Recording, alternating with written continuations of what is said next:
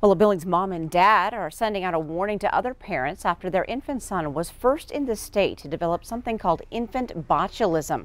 Now, the rare bacterial infection can paralyze the tiny bodies of babies. Here's Q2's Andrea Lutz with a story every parent will want to watch. I felt like I was standing in the middle of the room screaming and nobody was hearing me. It's every parent's nightmare. I wasn't eating, he was very lethargic. This is little Benny at just 3 months old. You know, I had a completely normal pregnancy. He came out kicking and screaming, just picture perfect health. And then you never think that anything's ever going to happen to your baby. You think that if they're born healthy, they're going to stay healthy. And that just obviously is not the case. Mom Jessica knew in her gut that her brand new baby was fighting for his life. Some gut instinct told me that I needed to take him in. As the afternoon progressed, he got worse and worse. Couldn't move his arms and legs. And then eventually we noticed his oxygen started to go down. And that's when their journey began. In November of 2017, Benny was admitted to the St. V's PICU.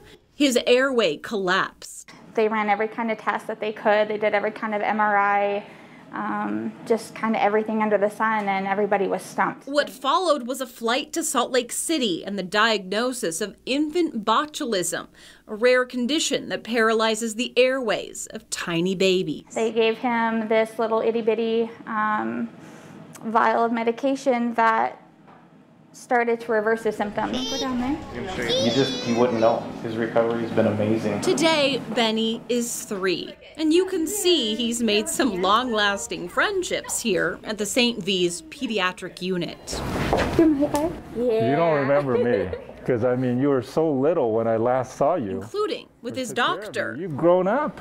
So I'm glad that he's doing well, and hopefully we can continue to do that. Crediting the top-notch children's healthcare services found at St. V's. There's other kids as well that probably wouldn't have done well or at least survived without the services that we have here. Found here at home, here in Montana. You know, everything that Montana had to offer, and they were holding on to me, and they were just so wonderful. They say they owe all of that to St. Vincent. So that term that I use, they picked me up off the ground at my lowest moment.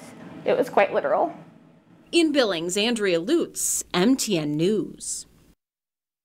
Thanks, Andrea. And tomorrow is the St. Vincent Healthcare Foundation's Call for Kids Marathon from 6 a.m. to 6 p.m. Tune into Cat Country 102.9 to hear more stories like Benny's. To donate, visit svhkids.org. Now, the money raised supports children's healthcare services, including the St. Vincent Pediatric Intensive Care Unit.